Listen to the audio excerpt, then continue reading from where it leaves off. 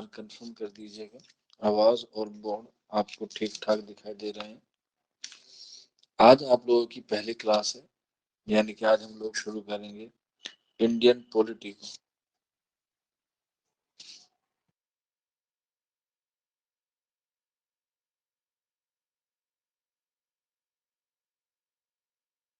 ठीक, आपकी जो क्लासेस है वो रोजाना हुआ करेगी 8 बजे शाम में, जिसे हम लोग इंडियन पॉलिटी स्पेशल है या कह सकते हैं भारतीय संविधान है।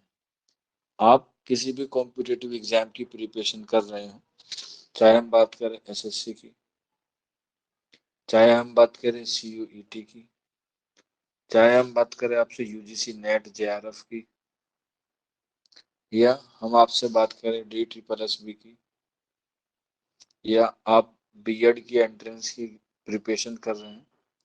कहने का मतलब ये है कि जितने भी आप कॉम्पिटिटिव एग्जाम की या एंट्रेंस एग्जाम की प्रिपरेशन कर रहे हैं, उन सब में पॉलिटी का आना क्या है, कंपलसरी है, मैंडेटरी है। और इसीलिए पॉलिटी से डिपेंड करता है कि आपका कितना पोर्शन है।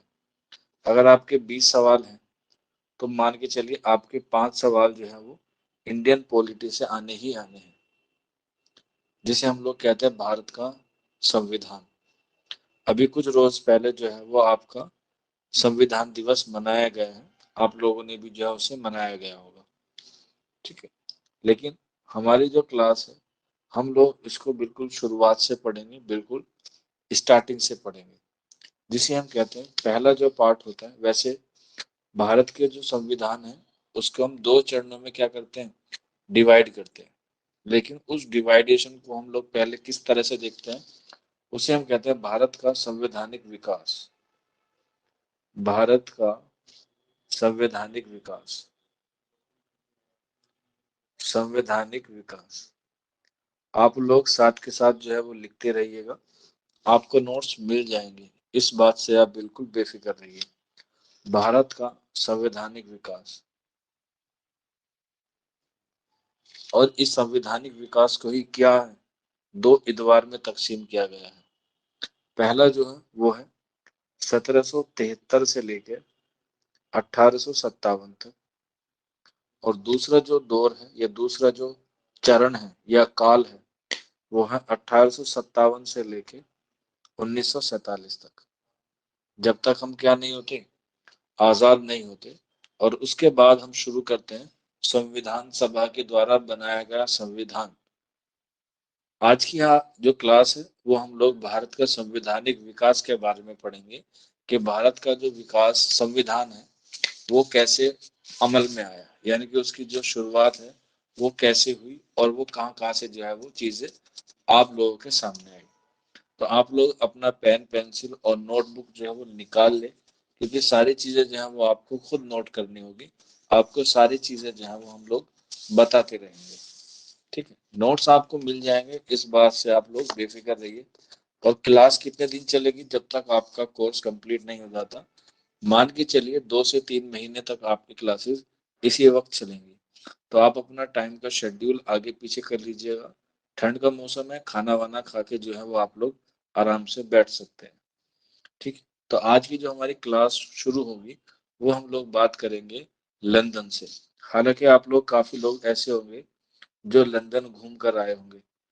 ठीक है, अब आप कहेंगे कि सर लंदन कहाँ है, तो आप कह सकते हैं दिल्ली के जो आगे वाला शहर है वो क्या है, लंदन है। अगर आप कभी दिल्ली से आगे नहीं गए, अगर आप दिल्ली से आगे गए हैं तो आपको पता होगा लंदन जो है वो कहाँ पर है, इंग्लैंड में है। ठीक, तो हम बात करेंगे लंदन में, और हम तारीख डालते हैं 31 दिसंबर 1600। मोस्ट इंपोर्टेंट डेट है, याद रख लेना। ये वही डेट है जिसपे कायम हुई थी या बनाई गई थी ईस्ट इंडिया कंपनी। पूरा नाम था ब्रिटिश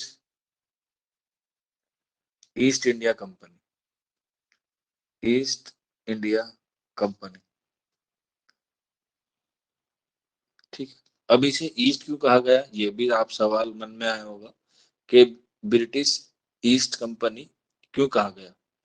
तो आप लोग इसे पूरा नाम दोबारा से लिख सकते हैं यहाँ पर, मैं इसकी पूरी बात वाज़ह कर दूंगा आपको। British east India company, India company. ये एक तरीके से क्या था, मर्चेंट ग्रुप था। मर्चेंट ग्रुप का मुराद होती है, या मर्चेंट ग्रुप से तात्पर्य होता है व्यापारी ग्रुप। ये एक व्यापार करने की क्या थी, कंपनी थी, जिसको कायम किया गया था 31 दिसंबर 1600 में। ठीक है।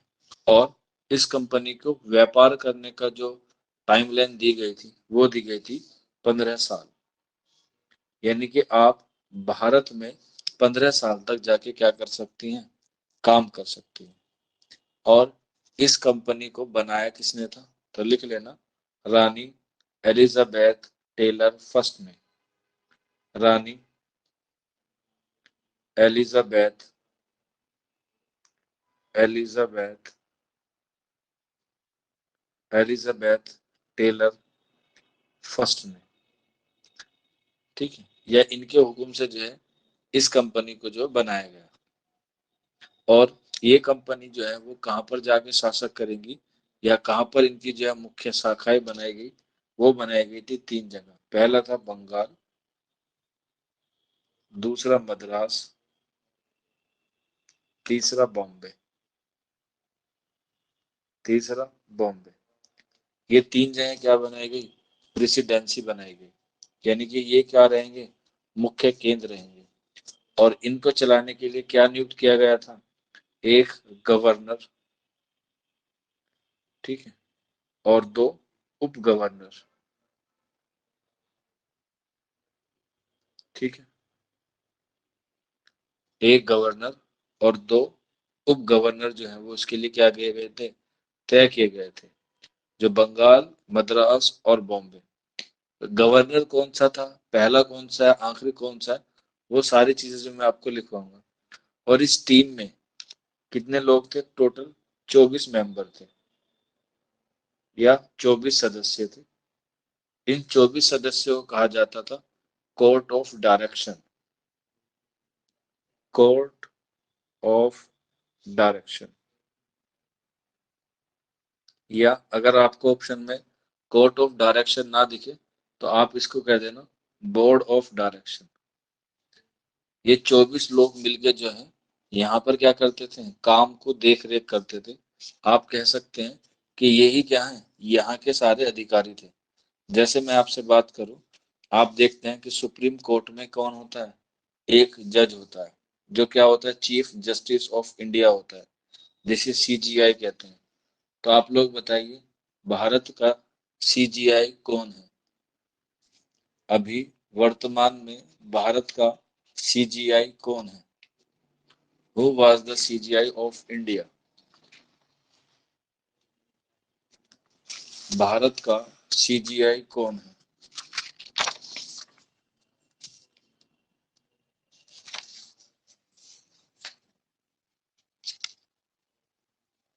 बिल्कुल, एक बच्चे ने सही जवाब दिया है, डी वाई चंद्रचूड़। जी, डी वाई चंद्रचूड़ अभी हमारे यहाँ के क्या है, सीजीआई है। तो इसी तरह से एक पूरा क्या हुआ, पूरा ग्रुप बना के जो है वो भारत में भेजा गया। अब ये भारत में भेजा गया तो व्यापार करने के मद्देनजर आया था कि हम लोग क्या करेंगे, भारत में काम करेंगे। लेकिन भारत में काम करने के साथ साथ इनकी मंशा अलग थी, और वो थी शासन करने की। जो बात हमें कहाँ चली, बाद में पता चली। लेकिन जो शासन होता है वो किस तरह से होता है, कोई बता सकता है कि शासन को चलाने के लिए क्या क्या चीजों की जरूरत होती है। मान के चलिए आपको कोई चीज चलानी है, तो आप उसे कैसे चलाएंगे।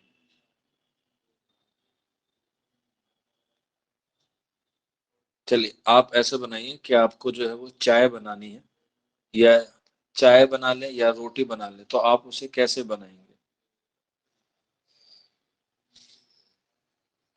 बताइए आप लोग। चाय बनानी है या रोटी बनानी है, तो आप कैसे उसकी चीजों को तरतीब देंगे। ऐसा तो है नहीं चाय बनाने के लिए आप लोग जो है वो शुरुआत में क्या कर देंगे, अदरक डाल देंगे उसमें, ठीक है, या दूध पहले डाल देंगे, हालांकि बाज़ लोग डाल देते हैं, या कुछ लोग ऐसे करते हैं, पानी डाल देते हैं, चाय पत्ती डाल देते हैं, चीनी डाल देते हैं, अदरक डाल देते हैं, दूध डाल देते हैं और रख देते हैं। फिर उन्हें बाद में पता चलता है, अरे इसमें तो गैस जलानी थी, गैस जलानी तो भूल गए। क्यों भाई, गैस जलानी तो भूल गए, तो क्या चाय बन जाएगी? शुमाइला कह रही है कि सर, रोटी बनाने के लिए बेटा आटा गूंदना पड़ता है। बेटा आटा भी तो कहाँ से आएगा, पहले ये बताओ ना मुझे। भाई आटा कहाँ से आएगा, दैट्स अ पॉइंट। आटा आएगा गेहूं से। अब गेहूं कहाँ से आएगा, खेत में से। खेत में कहाँ आएगा, बीज से।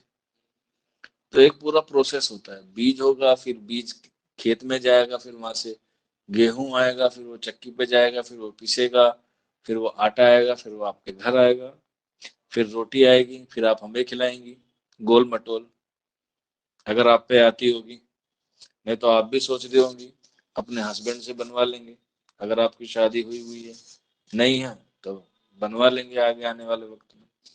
तो किसी भी चीज को करने का जो है वो एक प्रोसेस होता है, चाहे वो किसी भी चीज का कोई सा भी काम हो, अच्छा हो चाहे बुरा हो।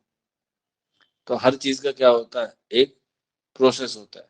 आपका पढ़ने का भी एक प्रोसेस है, आपके उठने का, आपके खाने का, आपके पीने का भी क्या है, एक प्रोसेस है। मिसाल के तौर पे अगर आपको खाना खाना है, तो जाहिर सी बात है रोटी सब्जी लेंगे, फिर आप खाएंगे। ऐसा तो है नहीं कि रोटी सब्जी ले ली, पहले आपने सब्जी खा ली, उसके बाद रोटी खा ली, पानी पी लिया और पेट को ऐसे हिला हिला लिया ऊपर नीचे, वो मिल जाएगी। वैसा नहीं होता है। तो हर चीज का क्या है, एक तरतीबवार होता है।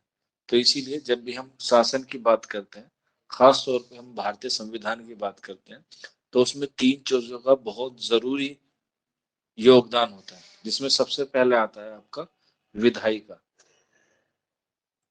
विधायी का, विधायिका को हम लोग कहते हैं विधि का निर्माण, यानी कि जो कानून बनाता है। विधि का मतलब यहाँ पे कानून से है, ध्यान रखना, विधि का निर्माण। मैं इसलिए आपको बता रहा हूँ क्योंकि अभी हम लोग संवैधानिक विकास का पढ़ रहे हैं। क्योंकि अभी मैंने आपको बताया कि जो अंग्रेज हैं वो कैसे स्टैब्लिश हुए, और वो कैसे जो है वो एक तरीके से पूरा गुट बनाया, या एक व्यापार करने के लिए उन्होंने एक ग्रुप बनाया, ताकि उन्हें क्या मिल जाए, परमिशन मिल जाए। मैं आपको आगे बताऊंगा कि सबसे पहले लड़ाई कौन सी हुई, फिर दूसरी कौन सी हुई, फिर कैसे ये लोग जो है वो आगे बढ़ते बढ़ते जो है वो हिंदुस्तान पे कैसे कब्जा कर लिया। मैं आपको हिस्ट्री नहीं पढ़ा रहा हूँ, मैं पॉलिटी पढ़ा रहा हूँ। लेकिन पॉलिटी के साथ साथ मैं आपको बिल्कुल बेसिक चीजें बताऊंगा, बिल्कुल ऐसे जैसे छोटे बच्चे को एबीसीडी पढ़ाई जाती है। जब आप निकलेंगे पॉलिटी से तो आप लोग पूरे क्या हो जाएंगे, पूरे तो नहीं होंगे खैर, लेकिन आधे वकील जरूर बन जाएंगे। अगर खुदा ना खास्ता आपको कभी केस लड़ने की नौबत आई, तो आप लड़ लेंगे, ठीक है। तो ये क्या हुआ, विधायिका यानी कि विधि का निर्माण करना। इसके बाद आता है आपका दूसरी जो टीम आती है, या जो दूसरा स्तर आता है, वो आता है कार्यपालिका। कार्यपालिका, जो कानून बन गया उसको लागू करवाना, ठीक है, यानी कि विधि लागू करना, ठीक है। इसे मिसाल के तौर पे ऐसे देखिए कि एक घर में तीन बहनें हैं, एक ने खाना बना लिया, दूसरे ने खाना परोस लिया, और तीसरी ने क्या कर लिया, उस खाने को खा लिया। तो इसी तरह से विधायी का विधि का निर्माण करता है, यानी कि संविधान या कानून बनाता है। फिर दूसरा जो होता है, यानी कि जिसे हम कार्यपालिका कहते हैं, वो उस विधि को लागू करवाता है। और तीसरे में आता है कि जो लागू किया गया है उसमें किसी के साथ कोई गलत काम तो नहीं हो रहा, उसे हम लोग कहते हैं न्यायपालिका। न्यायपालिका, भाई आप लोगों ने खाना बना दिया, अब खाना बना कैसा है ये भी तो बताने वाला होना चाहिए ना कोई। तो उसे हम लोग कहते हैं न्यायपालिका, यानी कि आपने जो कानून बना दिया, अब वो गलत बना है सही बना है, ये काम तो न्यायपालिका का काम है ना, जिसे आप लोग जानते हैं जुडिशरी कहते हैं। क्या कहते हैं? जुडिशरी कहते हैं। ये तीनों शासन के प्रकार हैं। इसी तरह से जो कानून बनाया गया वो लंदन में बनाया गया। कार्यपालिका जो वो ग्रुप आया जिसे हम लोग कहते हैं कोर्ट ऑफ, जो अभी आपने, जो आप लोगों को मैंने अभी लिखवाया, कोड ऑफ डायरेक्शन या बोर्ड ऑफ डायरेक्शन। ठीक, उसमें डायरेक्शन लिखा हुआ था। तो अब वो डायरेक्शन देंगे और वो लागू करवाएंगे। अब उसमें जो चीज होगी, यानी कि जो गलत होगी या सही होगी, वो चीज देखेगा कौन? यहाँ का गवर्नर। क्योंकि यहाँ का जो सुप्रीम होता है वो गवर्नर ही होता था। फिर उनके नीचे बहुत सारे लोग हुआ करते थे। वो लोग, हम लोग जो है वो आपको आने वाली क्लास में जरूर बताएंगे। इसके बाद अगर हम इंडिया की बात करें, क्योंकि जब हमारा संविधान बन गया तब उसको चलाने के लिए कैसे कैसे काम हुए, तो इसलिए पूछा जाता है कि शासन के कितने स्तर हैं। तो शासन के जो है वो 3 स्तर हैं। कौन कौन से? पहला आता है केंद्र सरकार, जिसे आप लोग कहते हैं सेंट्रल गवर्नमेंट। दूसरा आता है राज्य सरकार, जिसे आप कहते हैं स्टेट गवर्नमेंट, जहां का जो चेयरपर्सन होता है वो कौन होता है? मुख्यमंत्री होता है, चीफ मिनिस्टर होता है। केंद्र सरकार जो पूरे देश का मंत्री होता है, जिसके केंद्र में होती है सारी चीज, और वो होता है प्राइम मिनिस्टर। जैसे मैं आपसे पूछूं, who was the prime minister of our India, हमारे देश का प्रधानमंत्री कौन है? तो आप लोग, मुझे उम्मीद है, आंख मीच के उस सवाल का जवाब दे दोगे। बताइए कौन है?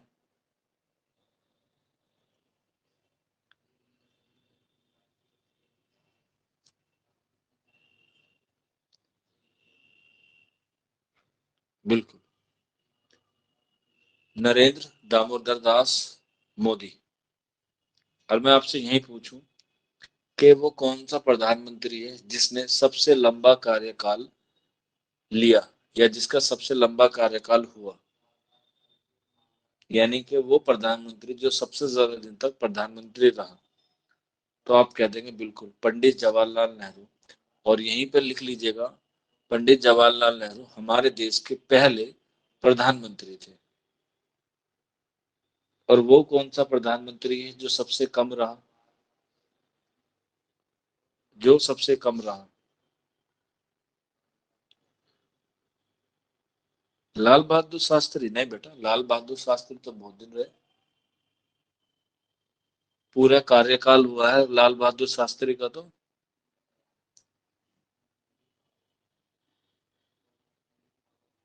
अटल बिहारी वाजपेयी 1 दिन।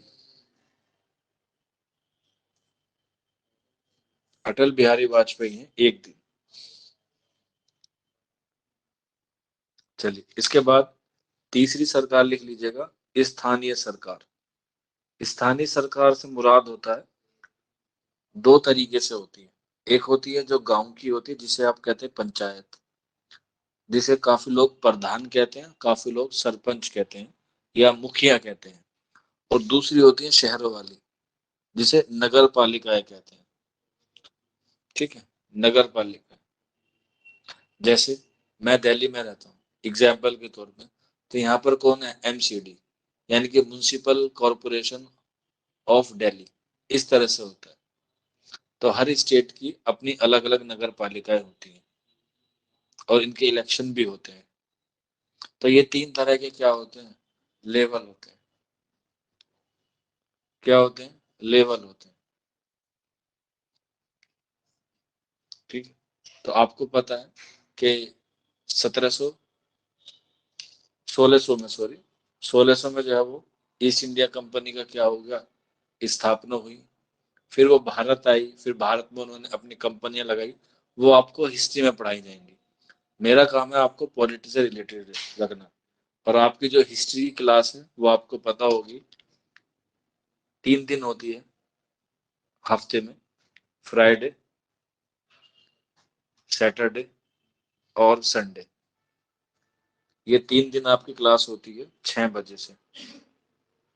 और जो शुरू के 4 दिन है, जिसमें आता है आपका मंडे, ट्यूसडे, वेडनेसडे और थर्सडे। इसमें 6 बजे से होती है आपकी ज्योग्राफी। और जो आपकी ये क्लास है जो मैं ले रहा हूँ, ये होती है पॉलिटी की, जो हफ्ते के 6 दिन होगी, यानी कि मंडे से लेके संडे तक, वो सैटरडे तक होगी। ठीक है, तो ये टाइम टेबल आप लोग नोट कर लें ताकि आप लोगों को कंफ्यूजन ना हो, क्योंकि हर क्लास की आपकी आईडी अलग है।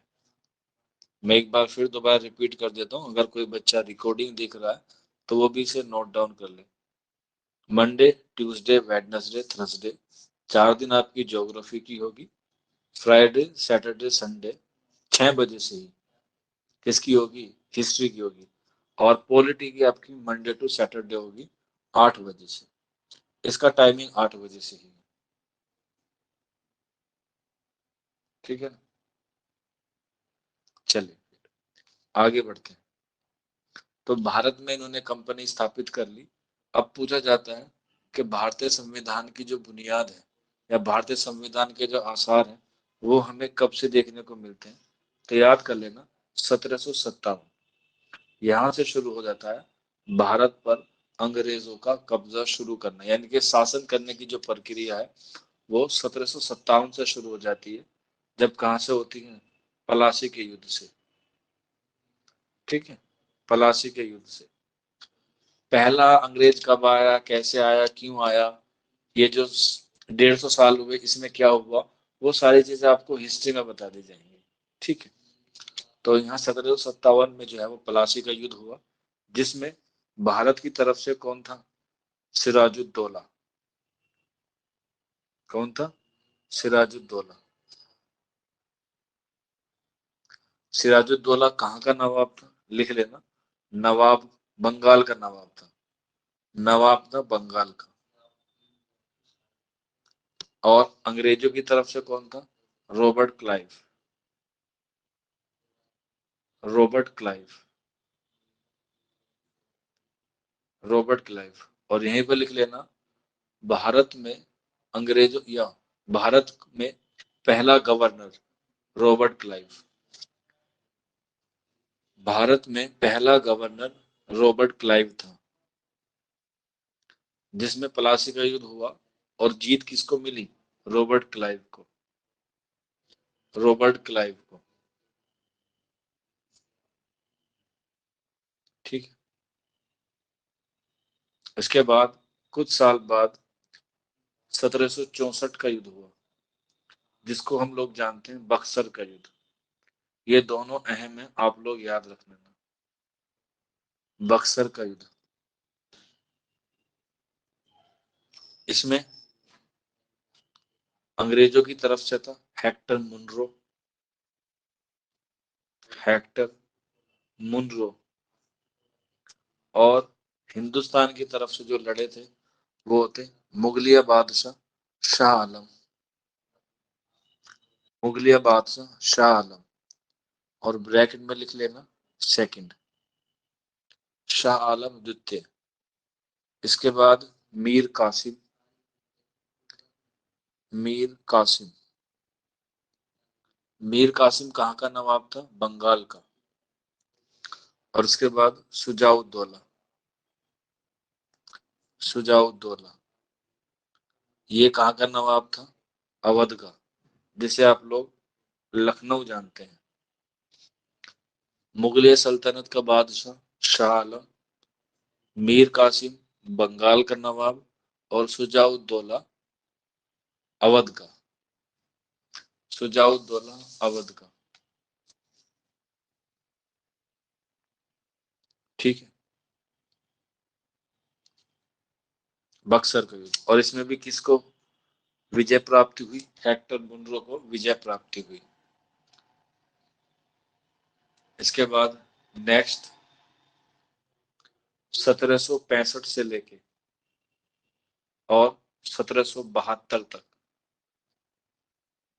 1765 से लेके 1772 तक, ये जो काल था, ये जो 7 वर्ष का दौरान का वक्त है, इसे कहा गया भारत की लूट। ध्यान रखना, एग्जाम में पूछा जाता है कि भारत की लूट कब से कब तक है, तो 1765 से लेके 1772 तक। क्योंकि इस काल में अंग्रेजों ने भारत को बहुत लूटा और सारा माल कहाँ पहुंचाया, इंग्लिस्तान, इंग्लिश में पहुंचाया, इंग्लिस्तान इंग्लिश में पहुंचाया। और इसी दौरान 1765 से लेके 1772 तक क्या लगा दिया गया, बंगाल में द्विवेद शासन, बंगाल में द्विवेद शासन। कोई बता सकता है द्विवेद शासन किसे कहते हैं? द, द पे एक ही मात्रा, नीचे ध और फिर द, द्विवेद शासन। कोई बता सकता है द्विवेद शासन किसे कहते हैं, अगर आपको पता हो?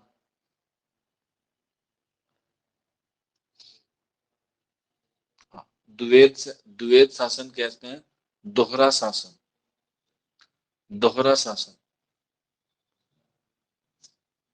दोहरा शासन, यानी कि डबल शासन। द्विवेद शासन का मतलब होता है दोहरा शासन। एक तो वो जो लंदन से लगता था, एक वो जो यहाँ के गवर्नर था वो लगाता था, वो लगाता था। और इस दोहरे शासन को जो खत्म किया, वो खत्म किया वॉरेन हेस्टिंग ने, वॉरेन हेस्टिंग्स ने,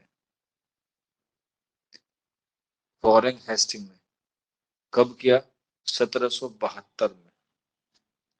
द्विवेद शासन का अंत वॉरेन हास्टिंग ने किया।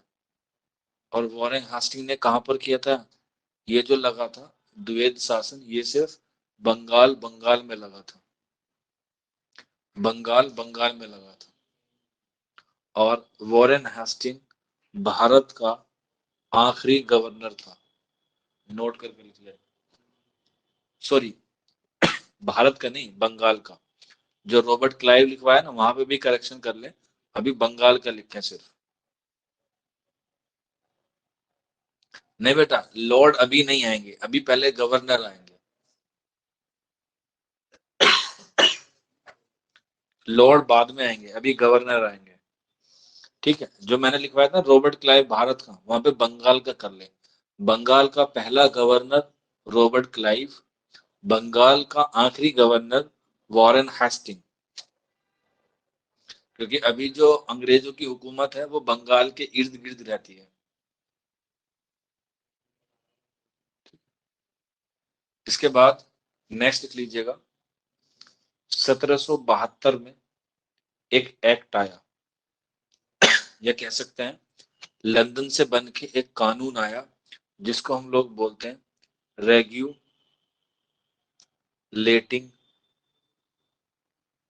अधिनियम।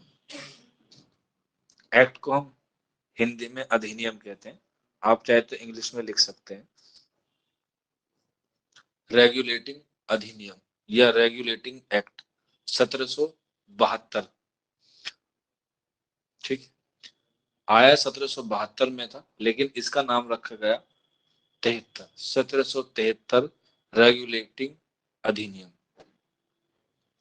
आप मुझे बताइए, जो ईस्ट इंडिया कंपनी थी उसको कितने शासन का अधिकार था व्यापार करने का? आप कहेंगे कि सर बिल्कुल आपने सही बताया था, 15 साल।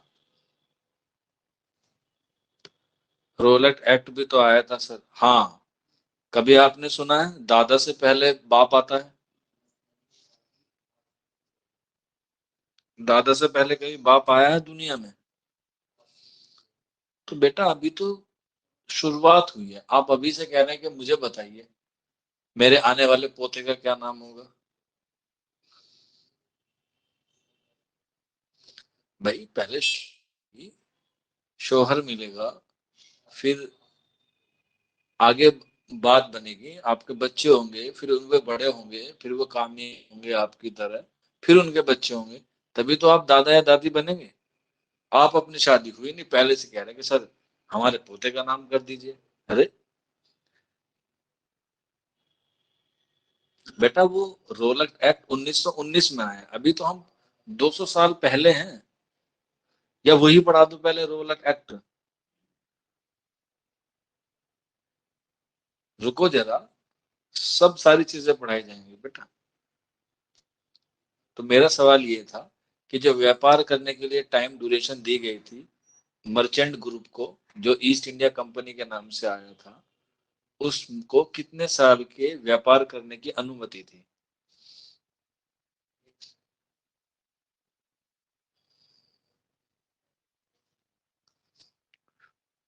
अरे अभी तो बताया था मैंने आपको। वॉइस कट हो रही है सर। ऐसा है भाई, वॉइस आवाज कट रही है, ऐसा तो नहीं होना चाहिए। बिल्कुल। कितने साल बताया? एक बच्चा बता रहा है 15 साल। तो 1773 के रेगुलेटिंग अधिनियम के तहत इसमें 5 साल का इजाफा कर दिया। अब ईस्ट इंडिया कंपनी को, या वो जो ग्रुप आया था, उसे 20 साल तक व्यापार करने की क्या दी गई? अनुमति दे दी गई कि अब आप लोग जो है वो 20 साल तक व्यापार कर सकते हैं। और ये बात कब आई थी? लिख लेना। ये बात लिखित तौर पे आई थी। और लंदन से आने वाला पहला लिखित दस्तावेज यही था, जिसे आप कहते हैं रेगुलेटिंग अधिनियम। इसमें ये बात मेंशन थी कि जो व्यापार करने की तिथि है या व्यापार करने की जो अवधि है, उसको बढ़ा के 5 साल कर दी जाए। यानी कि अब 15 नहीं, 20 साल किया जाएगा। ये बात लिखित में आई थी। और रेगुलेटिंग एक्ट पहला लिखित दस्तावेज था जो इंग्लिस्तान से आया था हिंदुस्तान पे। इसी के अलावा इसी वाले एक्ट में, यानी कि 1773 में था कि बंगाल का जो गवर्नर है, क्या कर दिया जाता है? बर्खास्त कर दिया जाता है बंगाल के गवर्नर को। बंगाल के गवर्नर का मतलब आदमी को नहीं, उस पद को। अब जो बंगाल का गवर्नर है उसे हम दूसरे नाम से जानेंगे, बंगाल का गवर्नर जनरल। ठीक है। अब जो गवर्नर था किस नाम से जाना जाता है? बंगाल का गवर्नर जनरल के नाम से। और मुझे बताइए, बंगाल का आखिरी गवर्नर कौन था?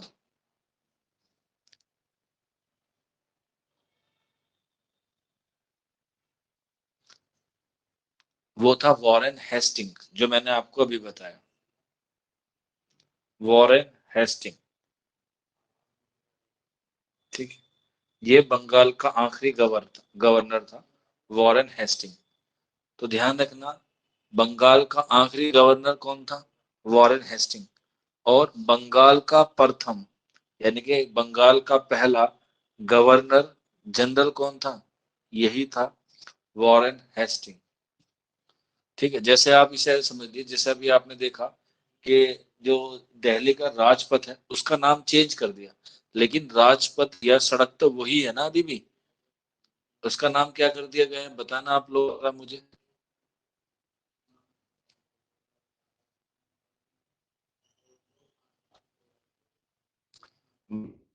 कर दिया गया उसका।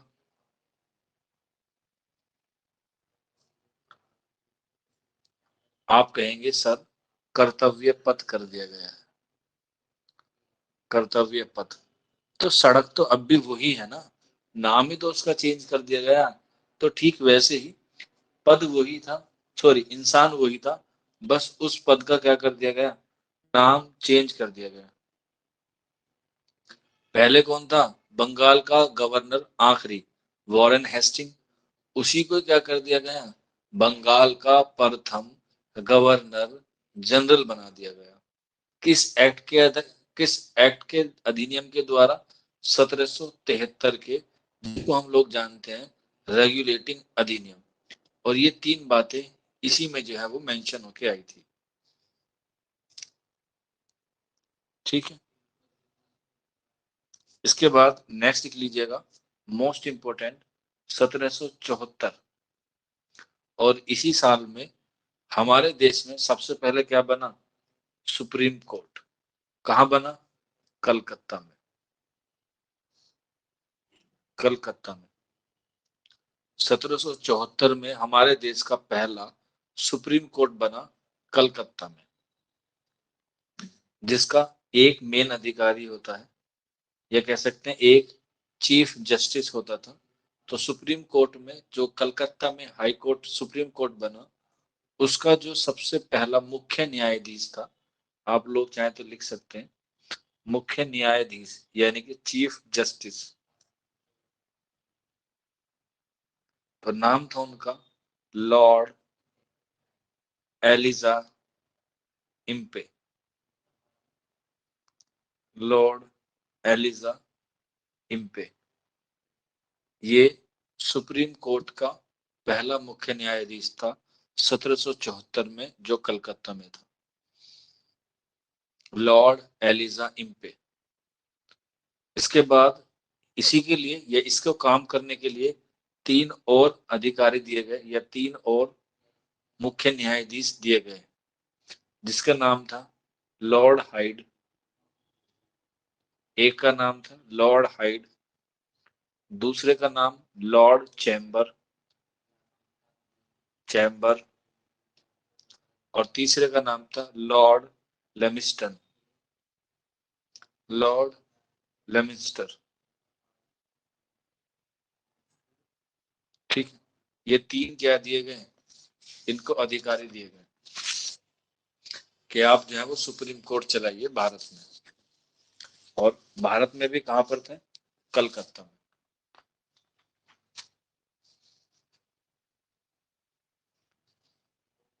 ठीक है भाई, यहाँ तक बताइए। किसी को कोई डाउट, किसी को कोई क्वेरी हो तो बताइए।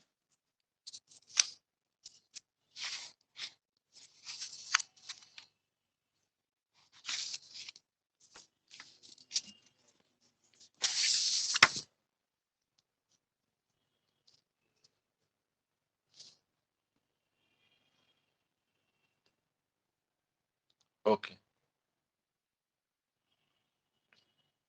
तो आज की क्लास को हम लोग बस इतना ही रखते हैं। पहली क्लास है, ज्यादा लोड नहीं देंगे, बहुत आराम से और बहुत प्यार से पढ़ेंगे। लेमिस्टर है थर्ड, हाँ बिल्कुल, लेमिस्टर है, जो क्या थे, उनके साथ थे। ठीक है, तो आज की क्लास को इतना ही। कल की क्लास में हम लोग इससे आगे पढ़ेंगे।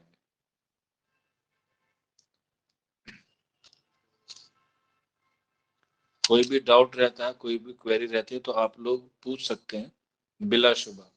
घबराने की और शर्माने की और परेशान होने की बात बिल्कुल नहीं है। आप लोग पॉलिटी इसलिए पढ़ रहे हैं ताकि आप लोग अपने हुकूक जान पाए, इसलिए नहीं कि आप लोगों को कोई एग्जाम क्रैक करना है।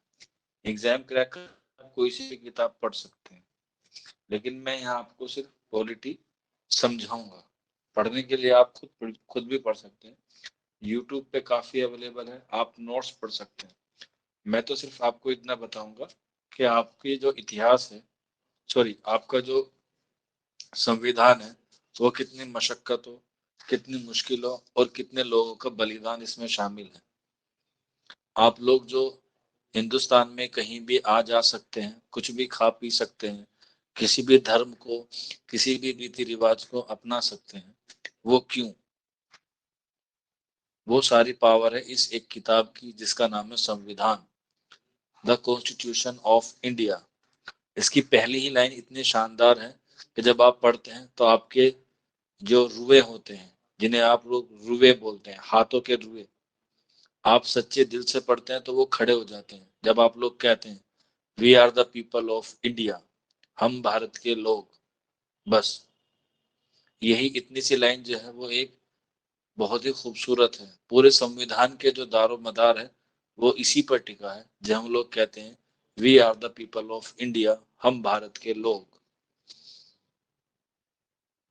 और ये इतनी शानदार लाइन है कि जब आप इसे पढ़ते हैं तो आपके अंदर एक देशभक्ति की जो आग है वो सुलगने लगती है। कभी आप लोग पढ़ना दिल से तो आपको पता चलेगा कि इसका मतलब क्या है। जब आप लोग इसे पढ़ते हैं तो आपको लगेगा कि हाँ भाई, वाकई में कितनी कुर्बानियों का सिला है कि हमें इस तरह की आज़ादी जो है वो मिली है। आप लोग ये ना सोचें कि कुछ लोग इस तरह की जो वाहियात चीज़ें हैं उसको बना रहे हैं, वो उनका काम होता है। उनको अपनी राजनीति, अपनी पॉलिटिक्स चमकानी होती है। लेकिन उनसे पहले काफी लोग हैं जो उनसे ज्यादा समझदार हैं। आप लोग सोचते हैं नई जनरेशन आती है, लेकिन जो पहले काम करके जाते हैं उनका मुकाबला कोई नहीं कर पाता। चाहे आप अपने घर में भी देख सकते हैं, आपके वालिद होंगे, आपके दादा होंगे, तब भी वो किसकी बड़ाई करते हैं? पुराने लोगों की। क्यों? क्योंकि वो जानते हैं, वो समझते हैं। ठीक है ना? चलिए फिर, उसे हम लोग प्रस्तावना कहते हैं हिंदी में। इंग्लिश में प्रियम्बल कहते हैं और उर्दू में कहते हैं तमहीद। और संविधान को हम लोग उर्दू में कहते हैं भारत का आईन। ठीक है? तो सारी चीजें हम लोग स्टेप बाय स्टेप पढ़ेंगे। घबराए ना बिल्कुल भी। आने वाले वक्त में आप लोग पॉलिटी को एक अच्छी तरीके से जो है वो आप लोग समझ पाएंगे। कुछ चीज रटना नहीं है, मैं कोई चीज रटाने नहीं आऊंगा आपको, मैं सिर्फ आपको समझाने आऊंगा और स्टेप बाय स्टेप मैं आपको लेके चलूंगा। जहां भी आपको लगे कि मैं जंप कर रहा हूँ या मैं स्किप कर रहा हूँ, तो आप लोग रोक सकते हैं, आप लोग पूछ सकते हैं, ये आपका अधिकार है। ठीक है?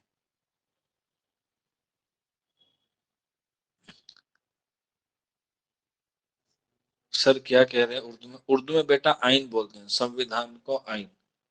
आप चाहें तो लिख लें। ठीक है? आइन बोलते हैं। और उसकी जो तमहीद होती है, उसकी जो प्रस्तावना है, उसे तमहीद कहते हैं।